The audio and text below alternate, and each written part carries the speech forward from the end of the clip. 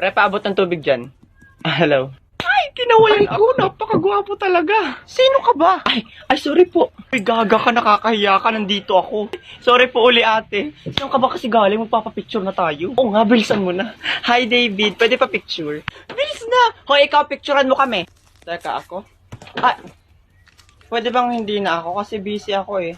Pipicturean mo kami o sisikmuraan kita. Buisit na to. Ito na. 1, 2, 3.